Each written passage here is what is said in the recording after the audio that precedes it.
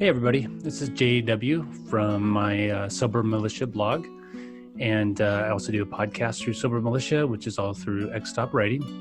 Thanks for joining us today. I'm here with Bobby C. again, and we are going to discuss part 3 of our core belief series we've been working on. Bobby, you want to introduce yourself? Bobby C. here, friend in recovery and beyond, and I'll be a co-host for this afternoon. And we'll be talking about the core beliefs. So back to you, John. Awesome.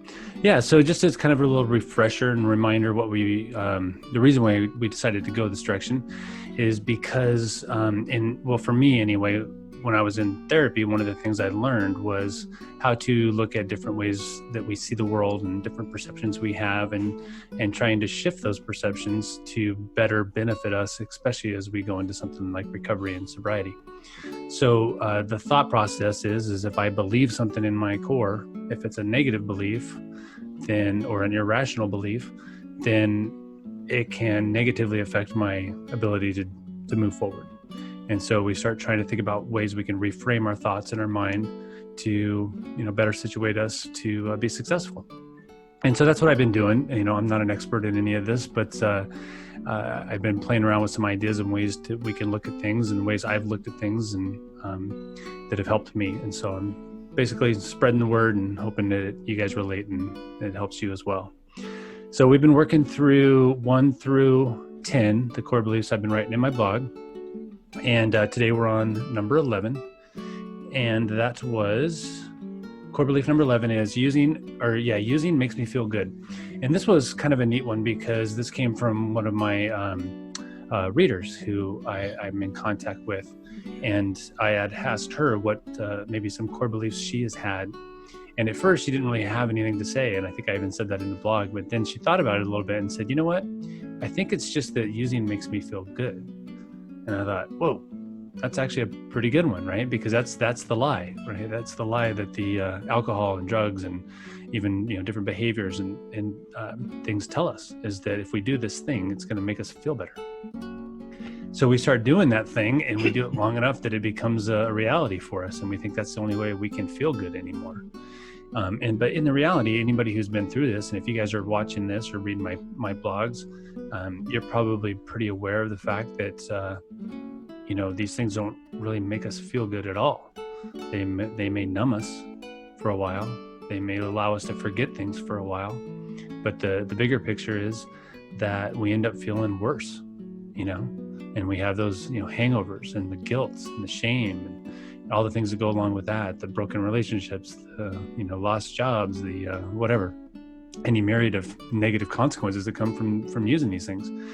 And so that was the direction I took the blog was, hey, does it really make you feel good? And that's something you have to start seeing. And I think that for me, when I quit, that was the big change for me, was I was able to look at alcohol and say, this is something I do not want. And I knew it. I knew it in my core, just like a new core belief. And so that's how I approached this one, was to start looking at this and say, does it make me feel good? Or does it make me feel worse? Or can I feel better without it? And start trying to think of, reframing how we look at that substance or whatever it is that we're addicted to try to help us feel better and be able to walk away from it every time. Bobby, did you have an experience like that when you were, first trying to quit, where you thought that it felt good, so that was the harder part of getting rid of it, or did you have a different experience? Well, let's just say, because you mentioned it, we're not therapists here. We're just expressing our ideas, opinions, what we found out, works for us, John and I, and it works. Things work differently maybe for other people, but we're just passing these ideas on to the listener. We're not saints, and we're not authorities. We're not professional, but we are professionals in our own sense, because I think John mentioned, in our own experience, we're professionals in our own experience. Yep. So that's what we're sharing. But getting back to that, using makes me feel good. You know what? Let's just say it was a short-term good escape. I don't even know about feelings, but I think you mentioned it too. Was it feelings? Yeah. Or For me, it was an escape where I didn't have to think, I didn't have to feel, I had no responsibility, and I had no problems at that particular time when I was, let's just say when I was drunk, you know.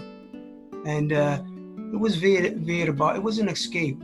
So did it make me feel good? Yeah, but guess what? It always, every time, at the end, okay, I can't talk about the beginning because maybe it was different, but at the end of my drinking career and my bottom, it always accompanied bad stuff. It always did. Yeah. You know, there's an old saying that they say, every time I drank, I didn't get in trouble, but every time I was in trouble, I was drinking. Now, you had to repeat that probably a lot of times and really sit with that to understand it. But when I drank at the end, my stomach, I had so much pains in my stomach that I would sit there for hours holding my stomach. The hangovers lasted me 3 days alone. And the only way to get rid of a hangover was for me to take a couple drinks, you know, and then my nerves would settle in. And it didn't create another binge. It just created a cure for my hangover, you know. So yeah, John. It was pleasure versus pain, and I guess the pain, which we'll talk probably about in other core beliefs, was the pain of facing the truth and reality, right, and how I was dealing with life. You know, it was an escape because I really didn't know how to deal with life too good. Right.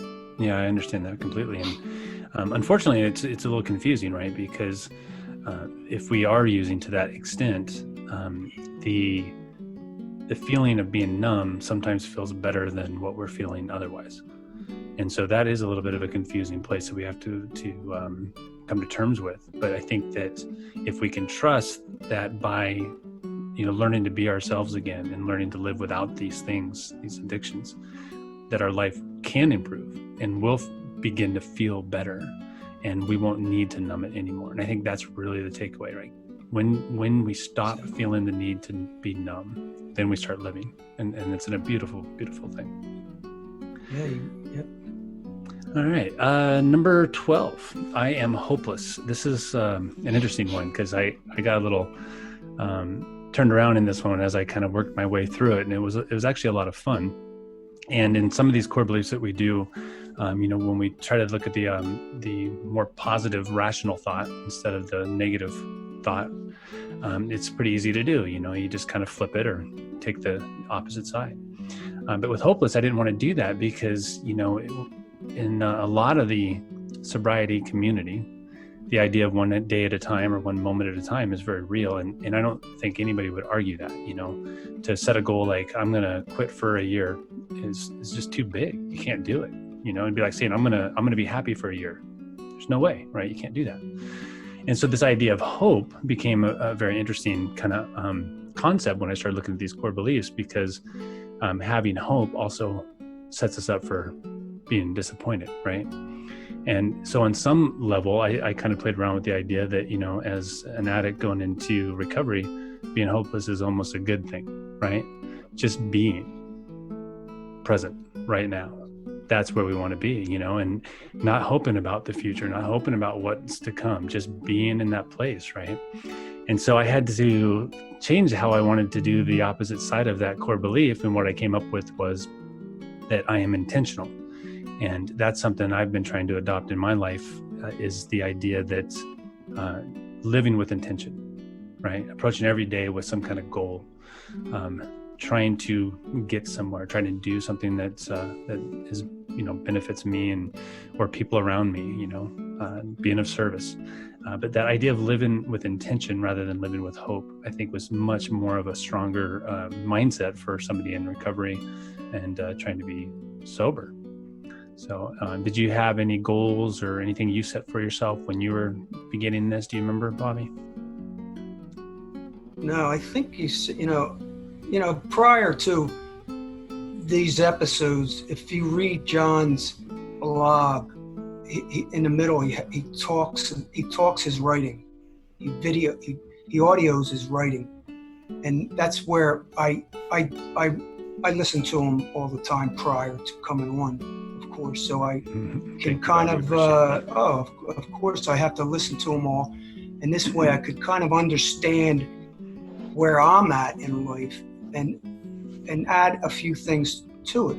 And John talking prior to me is just that's the only way it could work for me, because he helps me with my train of thought as I speak. But I wrote stuff down, and 12 was you just said something, which is I was thinking. I am hopeless. It's easier to be hopeless right now. Hopeless in a sense that I don't have all them expectations. I don't have all those desires and all these wishes. Oh, I hope for that. I wish for this. I expect this. No, that one day at a time is a good thing. Like I think we wrote on there, really, all we have is the now. So it's like you can make plans. We can make plans, but we don't have to pack. We can plan things, but we don't have to. Expectations is like knowing the future, what the future holds, and do what's in front of me. So me today, it's like even years ago, what would I settle for when I first came in to recovery, or what would I settle for? Being sober is like the biggest thing that I could ever achieve. So that's like top of my list. Everything else could go underneath it. So for me today, I'm sober today. I mean, I don't go around saying it to everybody and talking to everybody. I don't even try to collect chips anymore. But sobriety is like, for me today, is like breathing. I don't really have to think about breathing.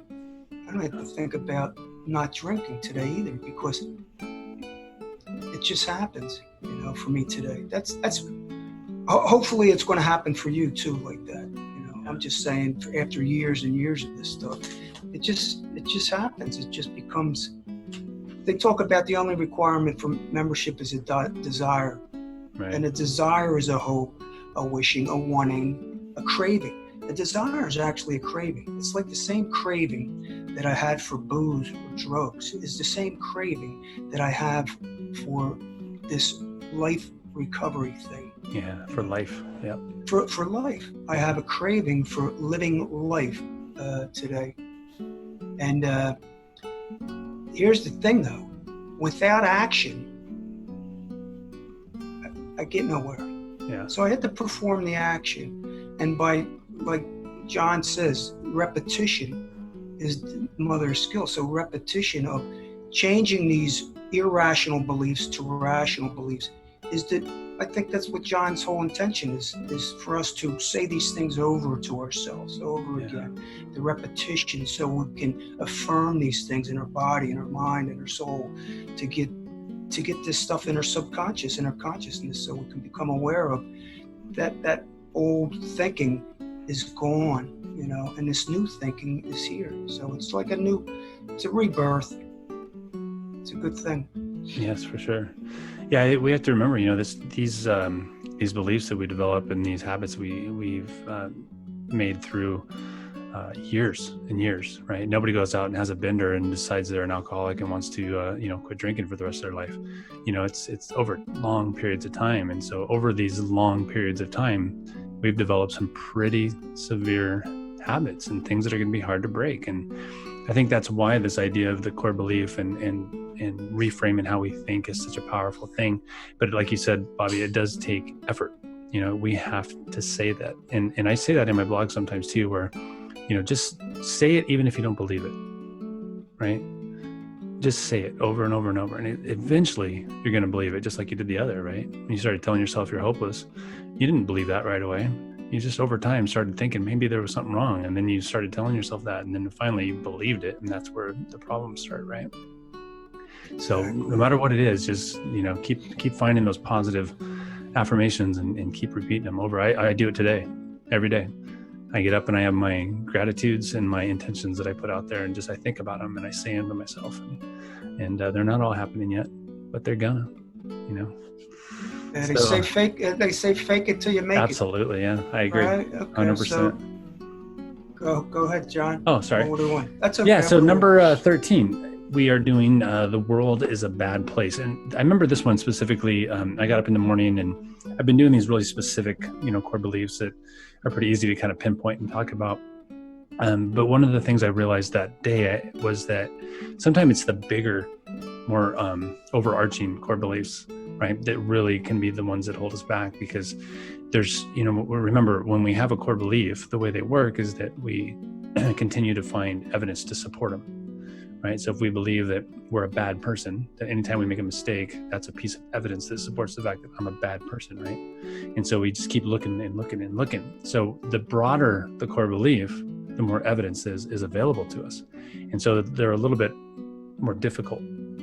And so trying to think of one that was a more broad term was this idea that the world is a bad place. And, especially today, it's an easy one to just look at, and you can walk outside and find a reason to support that if you want, right? And so I approached that one because I thought it was something that, I'd been kind of glossing over, was that overarching theme. And so taking that and trying to flip that one is interesting. There's so many pieces out there, but it's that intention piece, right? We have to start looking for those pieces that suggest that the world is not a bad place. And just like it's easy to find evidence to support that it is, it's also easy to find evidence to support the fact that the world is actually a pretty amazing place too. And I gave the example of just walking outside and taking in the beauty. It doesn't matter where you are, cityscapes, landscapes, office buildings, whatever, there's beauty around you, right? And that's a start, right? Just see that and accept it, and then see the actions that you do every day. We all do something that's positive or helps somebody else or helps something, and start focusing on those. And in the beginning, it might be a little difficult to find them, because we're so used to looking for the bad. But the more we start to look at those, excuse me, the more we start to look at those positive things, the more we will start opening our minds up to the positive. And then we start seeing more and more of those things. And that's one of the things I'm experiencing at this point in my sobriety, is that I'm wanting to be more positive now. My wife and I have this conversation all the time where I'm like, I'm getting to the point now where that's all I want. I just want to be positive. I want to see the good in everybody. I want to see the good in all situations, and just take that in and just let that positivity kind of just keep building and building and building. And I think that, changing this core belief to the fact that a world is a good place, it can help us immensely in so many ways, because there is so much out there to support that. You have any thoughts on that, Bobby? Of course, a lot of thoughts on that. That's a biggie. And here's the thing. We want to let the listeners and the viewers understand that we don't put us on pedestals. We are not. We're doing this for us, really. I mean, yes. Here's the thing. I took effort into reading all the blogs today. See, they didn't osmosisly pop in my head because I had to read them. I listened to the audio. I read the blogs. As I listened, I was reading. I took notes. I jotted things down. It was effort. It was action. Action is the key. Yeah. So, and don't think that I'm doing this like, oh, he's so great, he's doing action. There's so many things I don't do action on. Okay, if you really knew me or hung with me, you know that there's a lot of things I don't take action on. Yeah. And I don't achieve things that in my head I wish I could, I wish I did, but it's all wishes because I don't take the action to do it. And I know that. I live in reality with that stuff. I have a lot of regrets too, So when John is sharing this, I look at him and he wants this, but he's doing it. See, yeah. He's writing it. He's doing it. It's action. And I know he's not. I know John, he's early in sobriety. We both have sobriety. If he's not doing all that stuff, there's a possibility that his mind will slip back Of course they will. Negativity is, we love negative. I mean, like you were saying with the news, the media, it's always there. Even when we go into meetings, when we hear the war stories, we're listening to all the bad stuff, the negative stuff that happened to somebody. It takes time to get out of that stuff, you know, and focus, because whatever we focus on becomes reality, becomes our perception. We have to acknowledge that this is difficult, but we have to acknowledge that focusing on the positive is eventually going to take us out of more of the negative. Not that we're not going to think negative. That's not what we're trying to achieve here. Not to ever think negative, because it will come in, you know. So the world's made up of good and bad, positive and negative, but if we focus all the time on the negative, that's what we'll perceive. So we need to focus more of our energy and our intentions on the positive, no question about it. Yeah, Bobby, I appreciate you bringing that up too, because this idea of us, you know, why we're doing this, you know, I've kind of said this from the beginning that, you know, so when I started writing my blog and started doing, you know, online sobriety meetings and doing podcasts and doing these video casts, you know, my thought on the whole thing is that it's for me. I'm doing it because it keeps me focused. You know, I write every single day, 1,000 words or more on some aspect of sobriety. And I love it because it keeps me focused. It reminds me what's going on. It puts me in touch with other people that are going through the same thing. And, you know, my thought is I'll do it until nobody reads it or listens or watches anymore. And then I'll just still do it for myself. But, so yeah, it's for us, you know, Bobby and I, and that's why we're here. It's to help us. And if it helps you, then that's a bonus, you know. It's really cool. So let's see, core belief number 14, I am not safe. And this is, you know, kind of an obvious one because, you know, one of the quintessential needs in our life is the need to feel safe. And whether it's actual or not, if we are perceiving that mentally or emotionally, then that's a very harmful place to be. And this idea of, you know, kind of going towards alcohol or drugs or something to try to make us feel safe, you know, from the outside looking at it now, it's just silly, right? To think that that's even a way we could process something. But in the moment, right, we feel that it's true, and we feel that alcohol or that thing is helping us feel stronger, or helping us feel like we have more of a community maybe, and, you know, we surround ourselves with people who are doing the same things. And, you know, that's obviously a tough place to be. And until we feel safe, regardless of what that means to us individually, we're going to continue to want to find a way to feel better about it, you know, about feeling unsafe. And this was another one where I didn't like just changing the core belief to the opposite and just saying I'm safe, because that's fine. You know, I wanted to bring more to the table in this one. And so, because being safe just means I'm protected. And as you've known through some of the blogs I've written, I like to have more of, like Bobby said, more action involved, and taking a stance that is more positive for our own self-worth. And so I changed it to I am strong, because being strong can provide our own safety. But it also puts us in a place where we can begin to feel that confidence and feel that strength build inside of us, which just makes that build and build and build. And you know, as we perpetuate that going through our, you know, recovery and then sobriety, we just get stronger and stronger. So I liked that one. And, you know, that was a different kind of take on the opposite of feeling unsafe, but it felt right to me. And I think that's where I feel now in my sobriety is that I feel strong. And I don't think I've ever felt strong in my entire life. And that strength does provide some feeling of safety to me. Did you feel like when you were using Bobby, did you feel unsafe? Well, let's just say I put myself in very, very unsafe situations. Okay. Yep. You know, when I took a drink, you know, the saying is, when I take a drink, the drink takes me. Mm-hmm. And I never knew where it was going to take me. I never knew where I was going to end up. Very, very unsafe situations. I mean, I could tell you some of them, but why?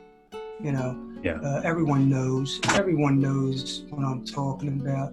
I mean, if I tell you a wicked war story, is it going to make it any better? No, it's just going to make you focus on something other than what we're talking about. But yeah, unsafe. I wrote down a couple things. You said strong. You mentioned this in your blog, and it was very important for me to hear it.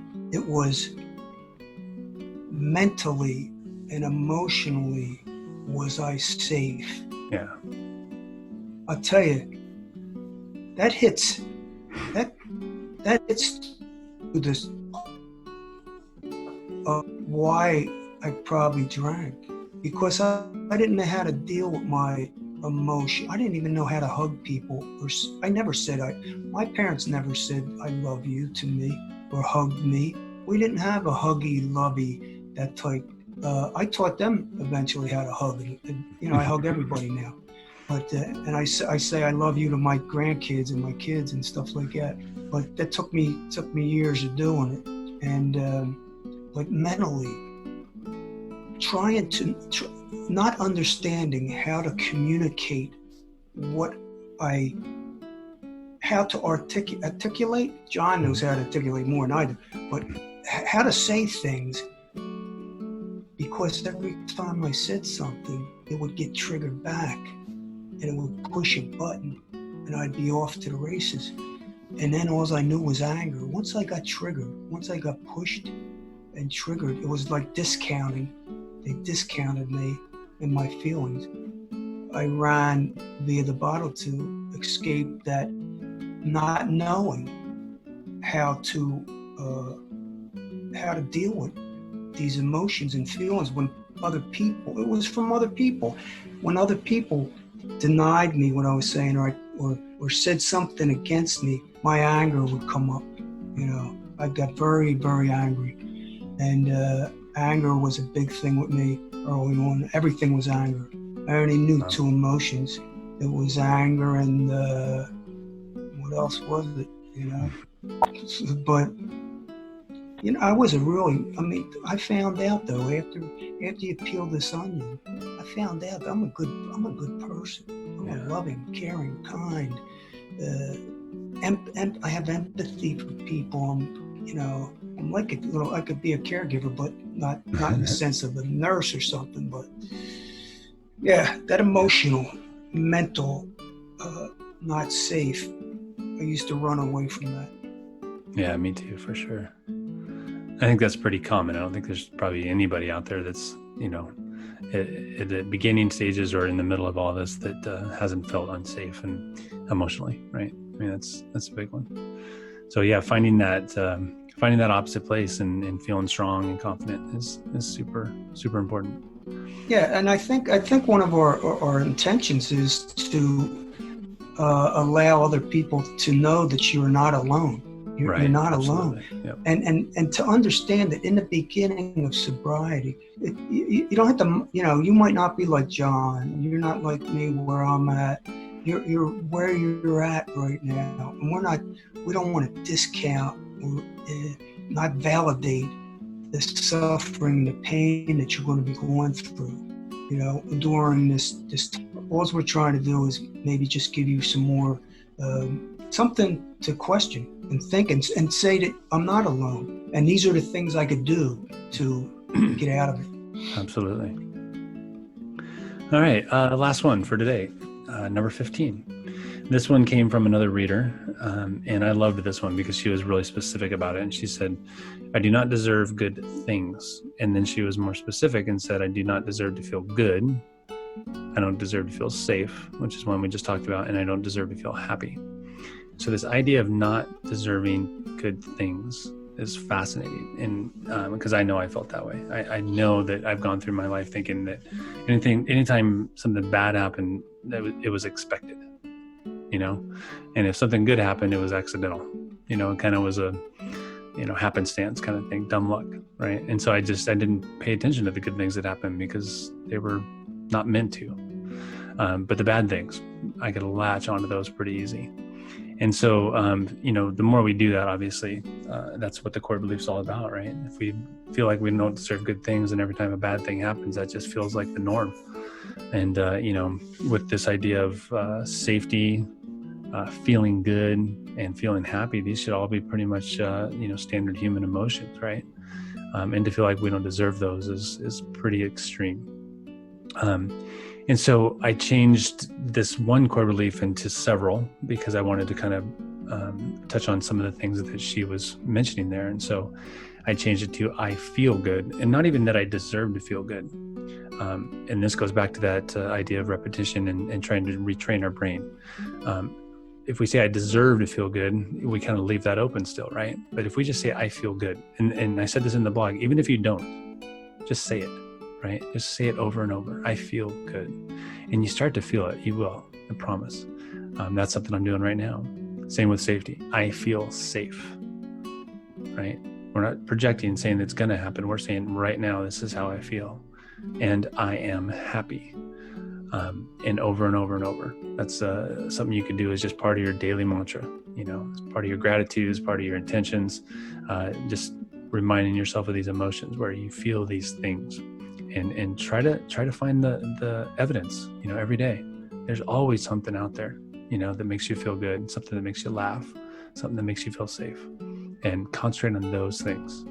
And it'll start to happen, and then pretty soon you'll start to realize, you know what, I do deserve good things. And then those good things start happening, more and more. And I'm seeing that, perfect example right now in my life. How about you, Bobby? Yeah. Yes. I was, it's funny because I seen, because you're a photographer too. You're a writer, a blogger, a photographer, and you're a good photographer because I see the pictures that you post prior to all the writings, and they're your pictures, right? Yeah. Is that your work? Yeah, just for fun. Yeah. Yeah, but it's you are a photographer too. So, but what was funny is that you took a picture, I think, of your car. Yeah. And what I did was I crossed out things, okay, because it reminded me when I seen the car, when I seen your car, I said, you know what, we do deserve good material things also. Yeah. Okay, we do. We deserve whatever life is offered everybody else in this world. So I think John's point was we don't have to want to be billionaires, but we can be. So we can desire whatever we want. But here's the thing. I know John didn't mean things. He means good, which is not material. Right. It's emotional, spiritual, it's the mental, it's the peace of mind, it's the feeling of serenity, it's the feeling of strong pride, confident. There are those types of things which is good. And happy, peace of mind. Peace of mind for me is a biggie, But feeling good is, getting back, you said I am. Wayne Dyer, I started listening to Wayne Dyer about 36 years ago. And Wayne passed away a couple of years ago, but Dr. Wayne Dyer, he used to always say, I am safe, I am good, I am kind, I am worthy, I am. And it's almost like, I think this way, like Jesus, I believe we're all Jesuses, and I'm not getting religious, but I believe like Jesus, when Jesus said, I am the way, he meant for me to say it and everybody else to say it. He didn't mean he was the only thing. He was saying it to himself. I am the way. He was saying, go within. I think, okay, this is what I want to believe. Sure. I want to believe it. I think there's a lot of people that believe that too. This is what I want to believe. Right. Okay, so I am, that word, I am the way, I am the way, I am the way, of whatever my mind wants to achieve. I always say it over and over, whatever the mind can conceive and believe, we can achieve. We can. Doesn't mean we're going to, because we may stop at some point. But the mind is it's a crazy computer. It's good, man. It's good stuff. Yeah, for sure.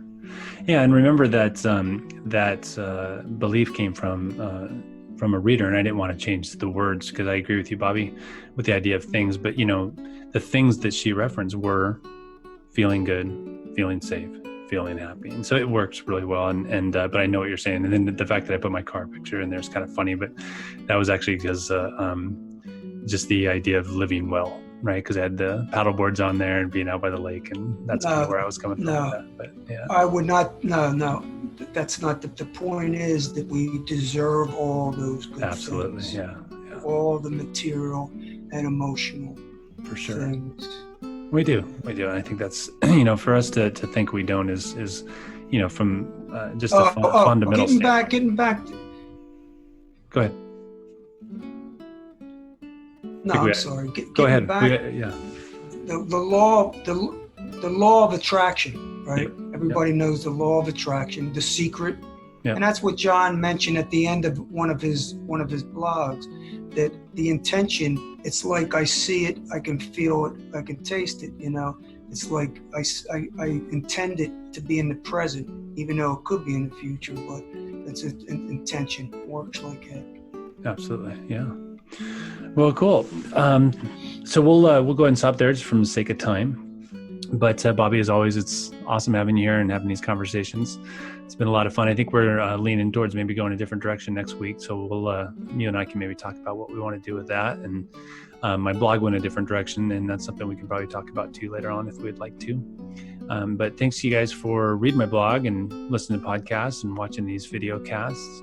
You can find Bobby on Twitter. It's at Anonymous Addiction for his Twitter. And for me, it's xstopwriting.com is my website. And on all the social media, I am at xstopwriting. It's really easy to find me. And I appreciate you guys, all your support. And I appreciate you guys supporting Bobby and me as we work our way through some of these core beliefs. And we will be back next week to talk about some more ideas in sobriety and recovery. So I hope you guys all have a really great week, and stay safe and stronger and sober. Bye-bye.